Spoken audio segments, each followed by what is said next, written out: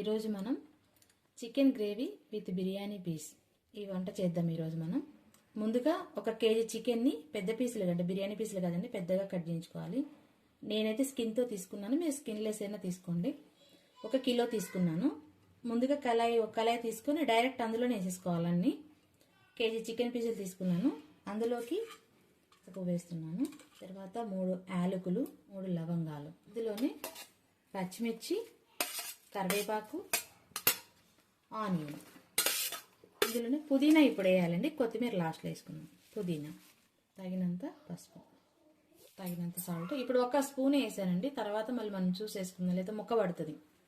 ఇప్పుడే అంతా వేస్తే కారం, అల్లం వెల్లుల్లి పేస్ట్. నేను నా టేస్ట్ తగ్గట్టు వేసుకున్నాను, మీరు చూసేసుకోండి 1 కిలోకి ఎంత వేసుకుంటారు అనేది మీ ఇంట్లో టేస్ట్ని బట్టి వేసుకోండి. ఈ మసాలా మొత్తం దానికి పట్టేలాగా బాగా మర్దన చేయాలండి, పీస్కి మంచిగా పట్టాలి మొత్తం. బాగా ఒక 10 మినిట్స్ వరకు బాగా కలపాలి. ఈ మసాలా అంతా కూడా దానికి పట్టేయాలి. ఇటు చూడండి, ఇట్లా ముక్కకు అట్లా ప్రెజర్ ఇచ్చుకుంటూ మంచిగా స్మూత్గా కలపాలి. అప్పుడే ముక్క జ్యూసీగా వస్తుంది. మంచిగా మసాలా అంతా పట్టి టేస్ట్ బాగుంటుంది. ఇట్లా మొత్తం అయిపోయిన తర్వాత ఇంకా ఇప్పుడు ఆయిల్ వేసుకొని మళ్ళీ ఒక 4-5 సార్లు ఇలా కలిపేసేసుకొని ఇంకా మనం స్టవ్ మీద పెట్టుకోవాలి. స్టవ్ మీద పెట్టుకొని మంచిగా మీడియం ఫ్లేమ్లో మంచిగా 2 సైడ్స్ ఫ్రై అయ్యేదాకా ఉంచుకోవాలి. చూడండి, ఆనియన్స్ అసలు ఎక్కువ కనిపించట్లేదు చూడండి, అట్లా అందులో కలిసిపోవాలి మనకి. ఇప్పుడు ఈ స్టేజ్లో ఆయిల్ ఇద్దాం.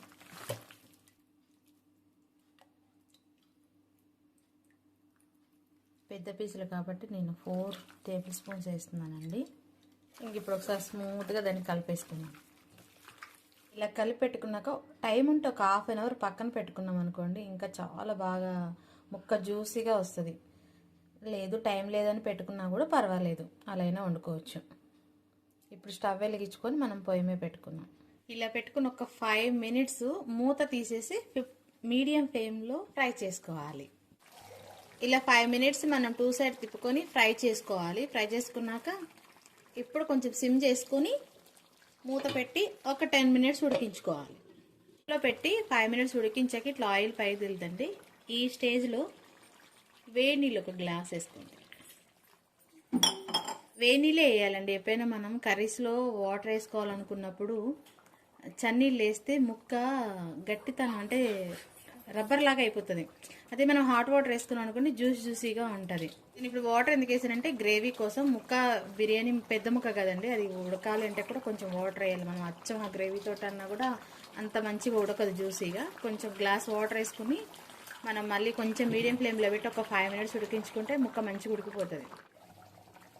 చూడండి, సిమ్లో ఉడికించాము, మంచి మెత్తగా ఉడికిపోయింది ముక్క. ఇప్పుడు ఈ మసాలా వేసుకుందాం. గ్రేవీ ఇలా వచ్చింది. ఇంకా ఒక 2 మినిట్స్ మనం మళ్ళీ మూత పెట్టి సిమ్లో పెట్టుకొని ఉంచుకుందాం.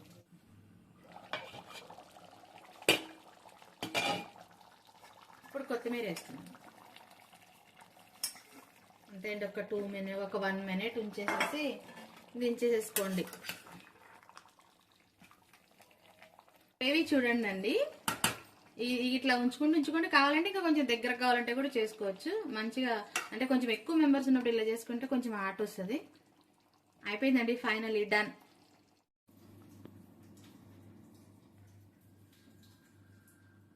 మా అన్నయ్య టేస్ట్ చేస్తున్నాడండి, ఇప్పుడు రివ్యూ ఇస్తాడు చూడండి. బాగుంది, కొంచెం స్పైసీ తక్కువ ఉంది.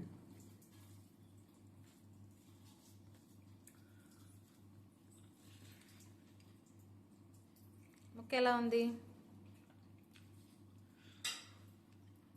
ముక్క మాత్రం చాలా బాగా ఉడికింది, చాలా మెత్తగా ఉంది.